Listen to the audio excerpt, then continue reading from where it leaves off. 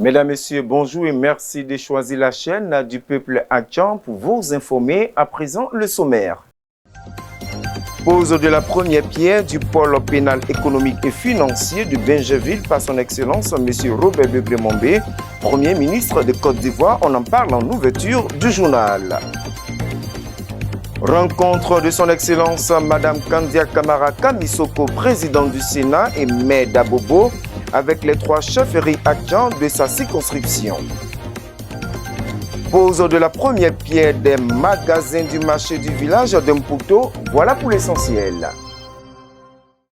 Nous le disions en titre, son Excellence M. Robert Begré-Mombé, Premier ministre, chef du gouvernement, ministre des Sports et du cadre de vie, a procédé le mercredi 8 octobre 2025 à la pose de la première pierre du pôle pénal économique et financier de Bingerville.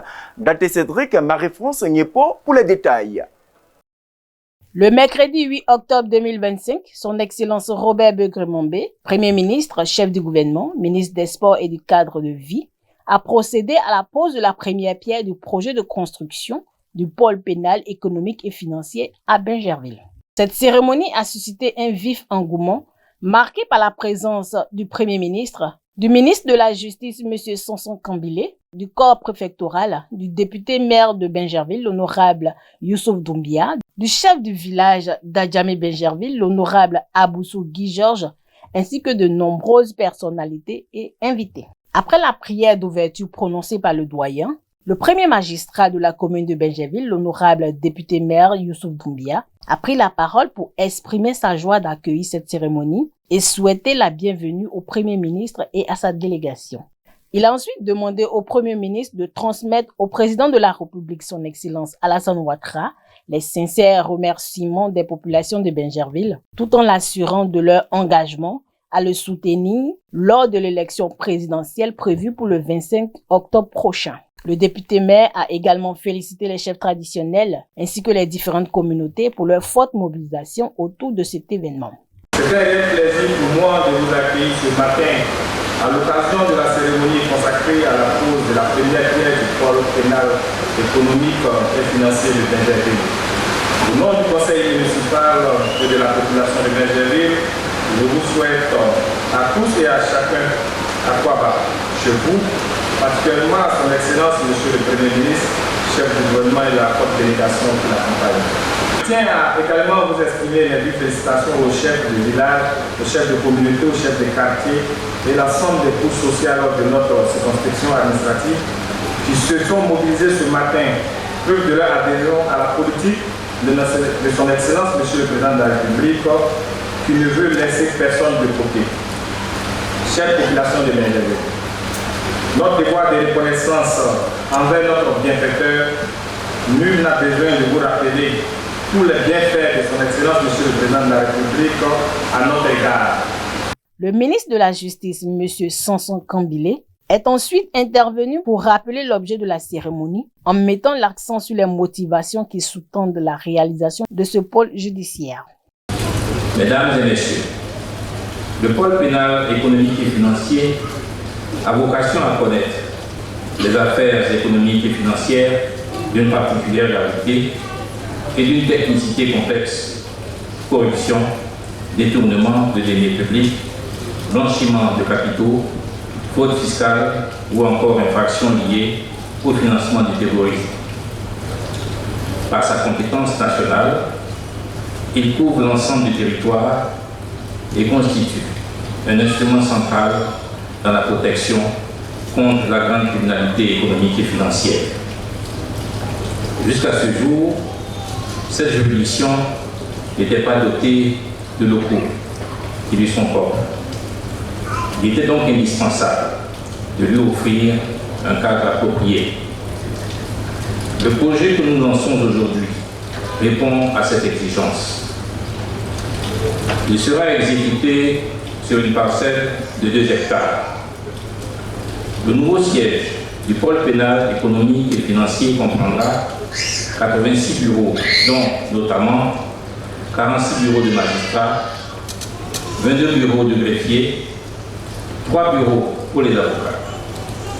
Il sera également doté de 2 salles d'audience d'une capacité respective de 50 et 150 places et de divers autres locaux et équipements, comme présenté par le directeur des infrastructures, de l'équipement et de la maintenance. La réalisation de cet important ouvrage est financée intégralement par le Trésor public ivoirien pour un coût global de 17 409 millions de francs CFA. Le Premier ministre, son Excellence M. Robert Begue-Mombe, à son tour, a exposé les raisons ayant conduit au lancement de ce projet en évoquant les infrastructures judiciaires déjà réalisées et celles en cours. S'adressant à l'ensemble du personnel de la justice, il a insisté sur l'importance de ces nouvelles infrastructures qui leur permettront d'exercer leurs fonctions dans de meilleures conditions. Il a également salué les efforts des différents acteurs impliqués dans la réalisation de ces chantiers et a adressé ses félicitations au ministre de la Justice pour le travail remarquable accompli. Le moment n'est pas anodin. Il ne s'agit pas seulement de lancer la construction de bâtiments au pluriel, mais bien de donner corps à une volonté politique très forte. Celle de bâtir une justice moderne, performante et digne des aspirations de nos populations. Ce projet s'inscrit dans la vision claire et constante de son Excellence Monsieur le Président de la République, qui a toujours considéré la justice comme l'un des piliers majeurs de notre démocratie et de notre développement. Sous sa haute impulsion, d'importantes infrastructures judiciaires ont déjà vu le jour. Et avec votre permission, je voudrais en citer quelques-unes. Les tribunaux de première instance de San Pedro, de Guiglo, de Benjerville et d'Abobo. L'Institut national de formation judiciaire à Yamoussoukro. Les cours d'appel de Daloa et de Korogo. Ces réalisations s'inscrivent dans une stratégie cohérente. Cette stratégie est de faire de la justice une institution moderne, accessible et digne de la confiance des citoyens.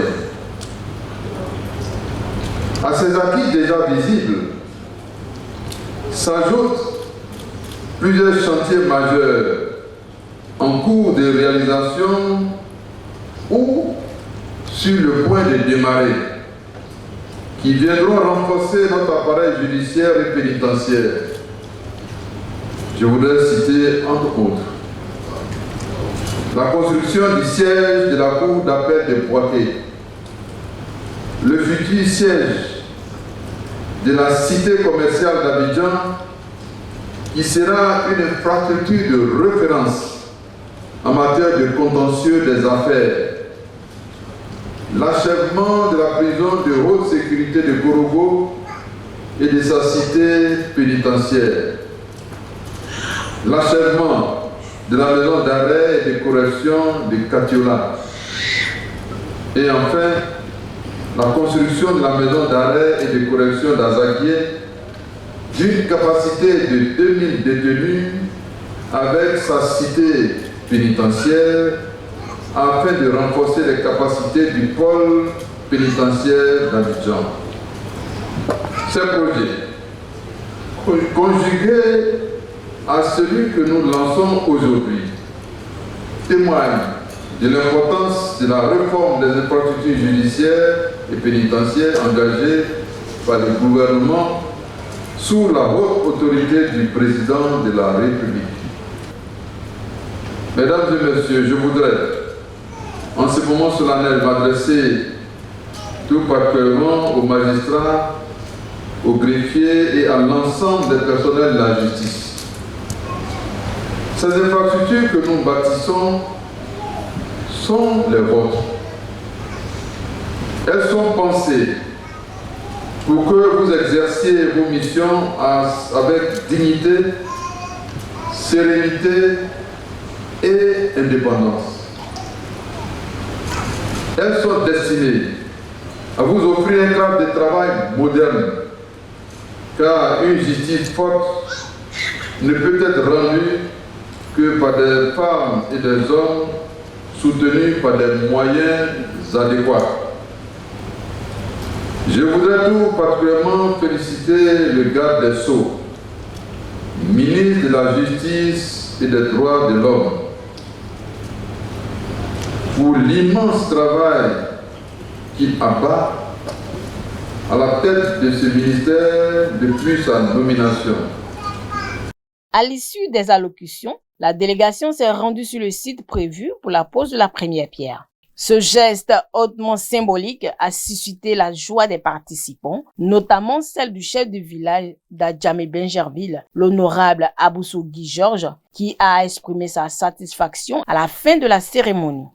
Alors, nous avons eu la chance ce soir d'être témoins de la cérémonie de la pose de la première pierre du pôle pénal.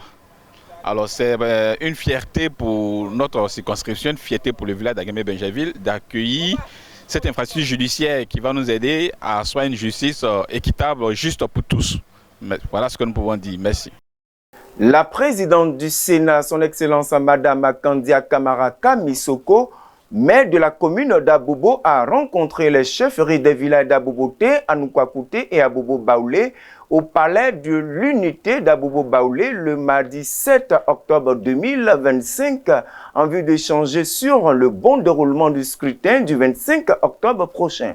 Daté Cédric, Marie-France Niepo. Le mardi 7 octobre 2025, palais de la chefferie du village d'Abobo-Baoulé a vibré au rythme d'un moment hautement symbolique. La visite officielle de son Excellence Madame Kandia Kamara, présidente du Sénat et maire de la commune d'Abobo, aux 3 chefferies villageoises attentes de sa circonscription. Accompagnée d'une importante délégation, Madame la Présidente a été chaleureusement accueillie par les autorités traditionnelles et les populations réunies pour l'occasion. Après l'exécution de l'hymne national et les salutations d'usage, son Excellence Kandia Kamara a tenu à adresser ses sincères remerciements aux chefs et aux populations pour leur accueil fraternel. Je voudrais vous saluer, chers parents, mais surtout vous remercier pour l'accueil très chaleureux que vous nous réservez, que vous me réservez à moi personnellement. Elle a ensuite transmis les salutations du président de la République, son Excellence Alassane Ouattara, et celles du Premier ministre Robert Begremombe, réaffirmant ainsi l'attachement des hautes valeurs de paix et de cohésion sociale dans la commune. Le président de la République et le Premier ministre Robert Begremombe me charge de vous dire encore une fois merci. Parce que c'est grâce à vous, à vos prières, mais aussi à vos actions de consolidation de la cohésion, du vivre ensemble, de la solidarité. C'est tout ça qui fait qu'aujourd'hui, la Côte d'Ivoire est en paix, les Ivoiriens vivent en paix. Encourageant la population à demeurer unie et mobilisée, Madame Kandia Kamara a invité chacun à participer activement aux échéances électorales à venir dans un esprit de paix et de responsabilité citoyenne. La paix pendant la campagne qui va commencer, puisque l'élection présidentielle, c'est le samedi 25 octobre 2025, dans 19 jours. La campagne va commencer à partir du 10. Ce que nous souhaitons, ça c'est à l'endroit des jeunes surtout, que la campagne commence dans la paix, que la campagne s'achève dans la paix, sans aucune violence. Le jour de l'élection présidentielle, que les populations sortent librement pour aller voter et puis rentrer à la maison sans problème, sans parole. Quand on va donner des résultats, vraiment que ce soit même une fête, qu'il n'y ait pas de problème, que le meilleur gagne. Au nom des 3 chefferies, l'honorable Arsène Diako, chef du village d'Aboboté, a salué cette visite avec fierté et gratitude. Il a exprimé sa reconnaissance envers le chef d'État, son Excellence Alassane Ouattara, pour les nombreuses actions de développement entreprises à Abobo et a lancé un appel à l'unité, au vivre ensemble pour des élections apaisées, tout en sollicitant l'appui de la présidente du Sénat pour la résolution des différends internes au sein des chefferies actions de la commune. C'est pour moi un honneur et une joie de prendre la parole ce mardi 7 octobre 2025 au nom de toutes les populations des 3 villages actions de la grande commune d'Abobo, commune du partage et de la solidarité dans ce beau palais de l'unité d'Abobo-Baoulé. Par ma voix, les peuples Bobo d'Aboboté et d'Abobo-Baoulé, les peuples non-quoi d'Anokakouté, vous souhaite la traditionnelle bienvenue. Kwaba, Kwaba, Kwabao. Madame le maire, moi je ne peux pas passer sous le boisseau les innombrables dons et soutiens que vous apportez en vivre et en non-vivre, en numéraire aux différentes communautés dans toute leur diversité, lors des événements sociaux, culturels, religieux et éducatifs. Il m'est loisible de révéler le grand soutien et que vous m'avez apporté lors de mon intronisation en tant que 11e chef du village d'Aboboté le 17 août 2024. Merci, Madame le maire, actualité oblige. Je ne peux pas prendre la parole devant cette assemblée sans me prononcer sur la situation sociopolitique de notre chère Côte d'Ivoire en ce moment. Pour les élections présidentielles qui s'annoncent, je voudrais appeler tous les gens d'Abobo. Prenez la paix. Prenez la paix et le vivre ensemble. Soyez les ambassadeurs et ambassadrices de la paix dans toute la commune. Œuvrons tous pour que nous soyons des hommes de paix, que nous prenons la paix. Il faut que nous ayons des élections apaisées.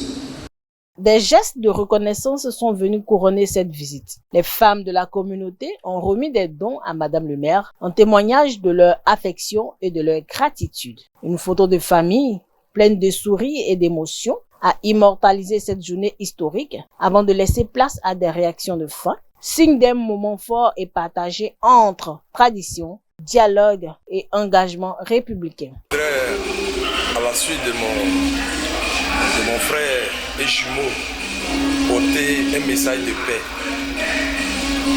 Il faut savoir que sans la paix, nous ne pouvons rien construire.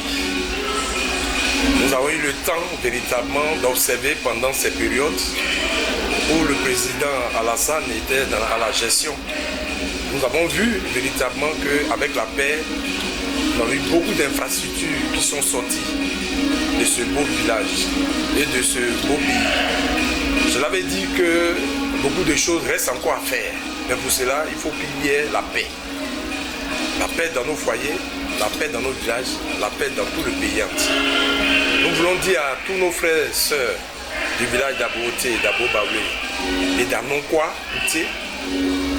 de vraiment œuvrer, chacun à son niveau, porter le message que nous voulons d'entendre à nos voisins, à nos frères, à nos enfants. Dans leur langage, nous devons sentir la paix. C'est en cela que nous pouvons aller de l'avant. La chefferie du village de Mputo, dans la commune de Cocody, conduite par son chef, l'honorable Alia Nkpoman Syriac, a procédé le mercredi 8 octobre 2025 à la pose de la première pierre des magasins du marché du village. Daté Cédric, Marie-France Niepo nous rapporte les faits. Le mercredi 8 octobre 2025 restera une date symbolique pour le village de Mputo dans la commune de Cocody. La chefferie Tchagba, conduite par son chef, l'honorable Alia Nkoman Syriac, a procédé à la pose de la première pierre des futurs magasins du marché du village. Un événement marquant placé sous le signe du développement local et de la cohésion communautaire. La cérémonie s'est déroulée en présence de plusieurs personnalités et représentants de la communauté, notamment l'honorable Agoba Félix, chef de Cocody Village, les guides religieux, la communauté villageoise, ainsi que les représentants des communautés allogènes et la population locale. Après la prière et la libation, moment de recueillement et de tradition, le ton de la cérémonie a été donné. Au nom de la chefferie villageoise, le secrétaire général Alexandre Ake a souhaité la bienvenue aux convives et a présenté les objectifs de ce projet structurant pour le village. Gardien des traditions et garant de la cohésion sociale, prendre la parole pour vous souhaiter la traditionnelle bienvenue et vous dire combien nous sommes heureux de votre présence en cette cérémonie. L'événement qui nous réunit ce matin revêt pour nous un caractère particulier. En effet, il s'agit de la pose de la première pierre du projet baptisé Magasin du renouveau de Mputo. Ce projet est bien plus qu'une simple construction.